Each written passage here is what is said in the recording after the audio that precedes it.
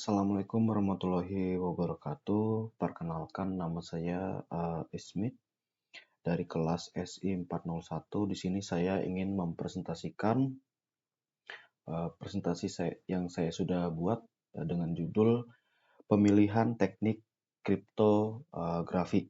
Ya, baik kita langsung masuk. Pertama kita bahas mengenai apa itu kriptografi.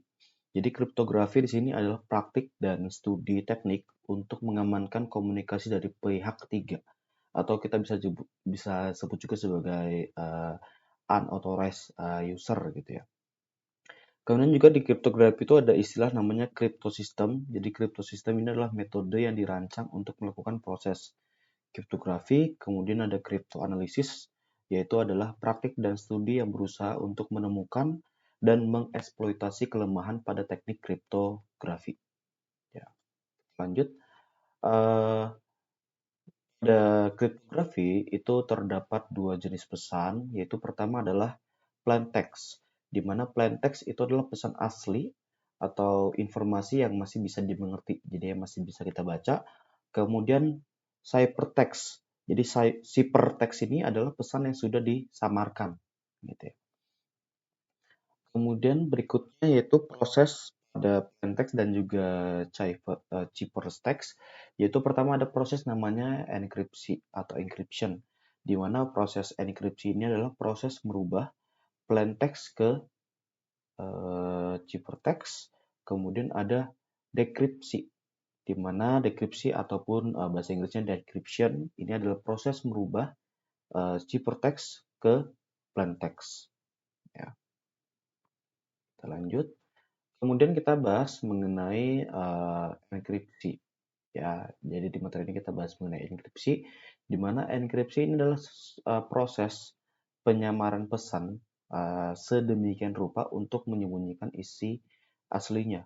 Ya, di mana tujuan dari enkripsi ini adalah untuk menjamin confidentiality data, yaitu menjamin hanya entitas berwenang yang dapat membaca pesan aslinya.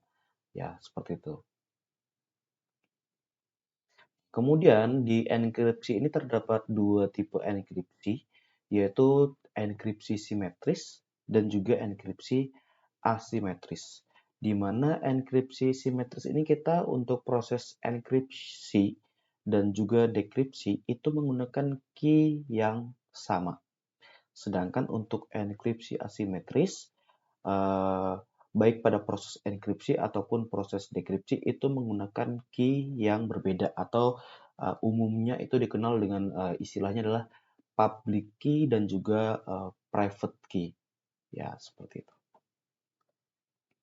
Ini kita bahas sedikit mengenai enkripsi simetris. Jadi kita udah tadi saya jelaskan bahwa enkripsi simetris ini pada proses enkripsi dan juga dekripsi itu menggunakan key yang sama, atau istilah key ini juga kadang disebut sebagai pre-share key.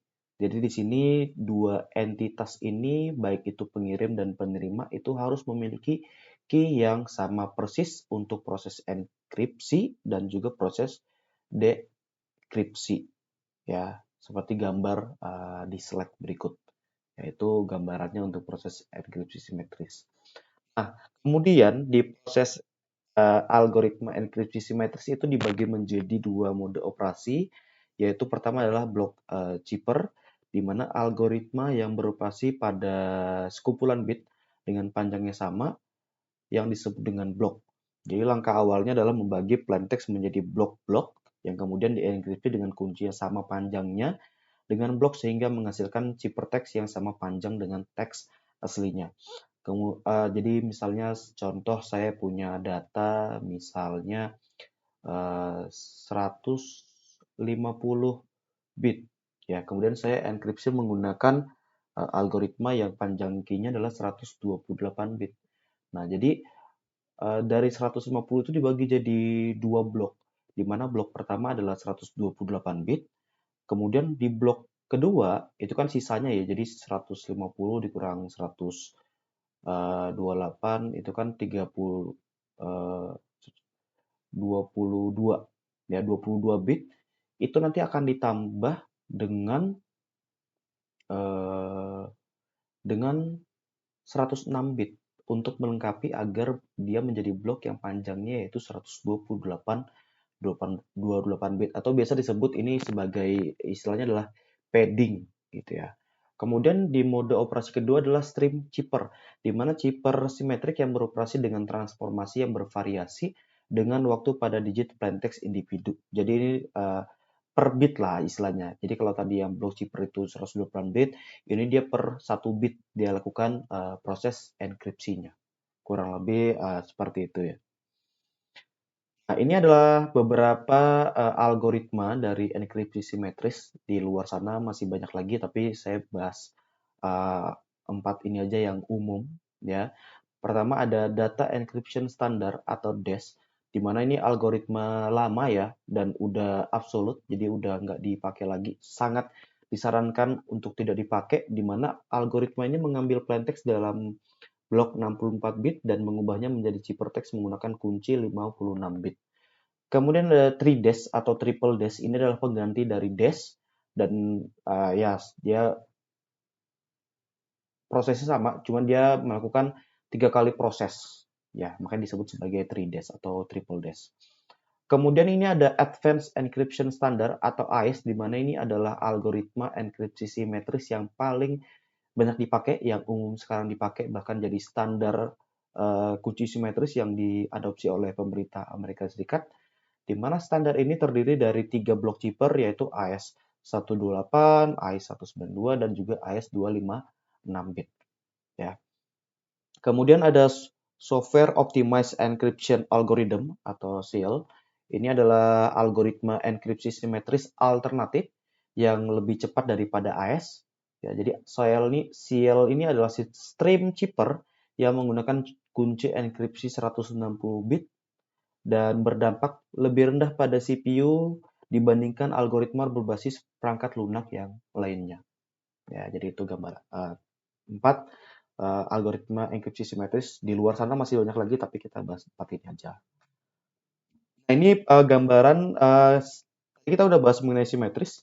Sekarang kita bahas enkripsi asimetris. Jadi untuk enkripsi asimetris ini kita untuk proses enkripsi dan juga dekripsi kita menggunakan key yang berbeda atau kadang juga disebut sebagai public key dan juga private key. Ya, di mana private key itu harus tetap disimpan, tetap harus private, orang lain nggak boleh tahu. Sedangkan public key itu orang lain itu boleh tahu dan boleh nyimpan dan boleh menggunakan. Ya, seperti itu. Nah, kalau dibandingkan antara simetris dengan asimetris ya secara keamanan ataupun performa, jadi kalau yang simetris itu dia proses enkripsi dekripsinya jadi jauh lebih cepat ya karena menggunakan key yang sama. Jadi sangat cocok digunakan untuk proses enkripsi data yang besar ya seperti koneksi VPN seperti itu contohnya. Sedangkan untuk proses tapi untuk yang simetris itu kurang aman ya, karena di sini untuk simetris itu menggunakan key yang sama. Jadi kalau salah satu key itu ketahuan, ya udah proses enkripsi dan dekripsinya bisa diketahui juga data di dalamnya. Yaitu jadi salah satu kekurangan dari simetris. Tapi dia lebih cepat dan untuk consume resource compute-nya itu kecil. Ya. Sedangkan untuk asimetris, ya ini untuk keamanan jelas lebih baik ya, lebih bagus karena key-nya itu berbeda. Jadi ada private key dan public key. Tapi kekurangannya adalah proses enkripsi dan dekripsinya itu butuh resource yang cukup besar ya dan lebih lama. Ya, makanya untuk asimetris ini biasa digunakan untuk ini ya, untuk seperti SSL kalau kita koneksi web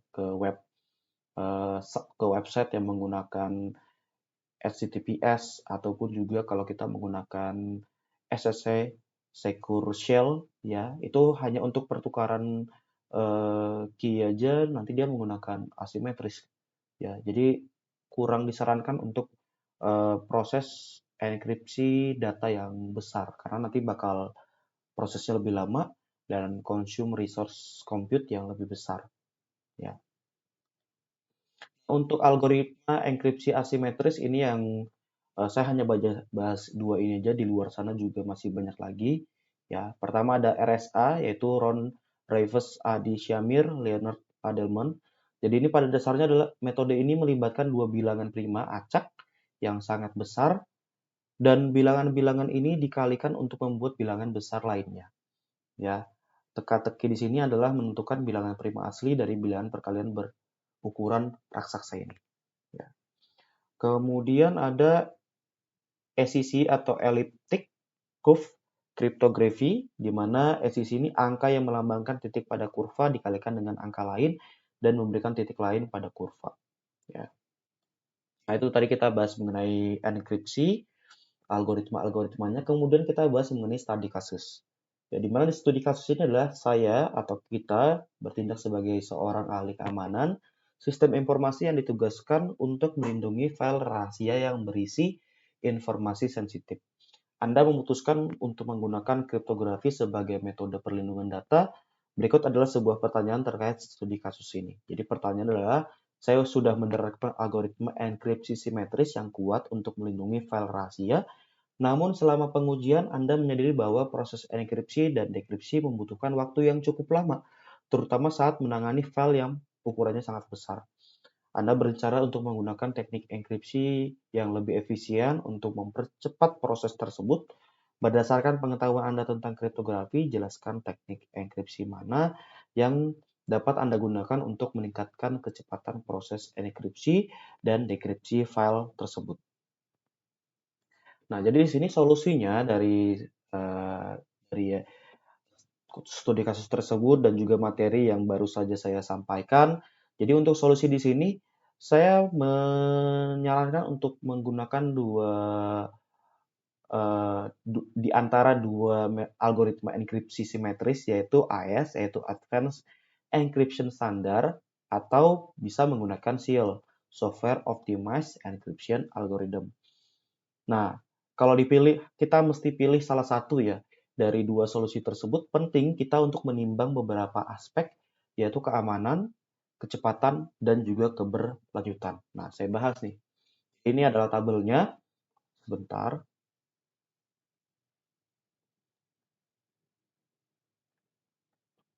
Nah, jadi di sini kalau kita bahas aspek mengenai keamanan, di sini AES itu lebih unggul ya. Pertama karena di sini dia diakui secara internasional dan juga sudah banyak melalui penelitian dan juga analisis keamanan, dan juga udah jadi standarisasi seperti itu ya.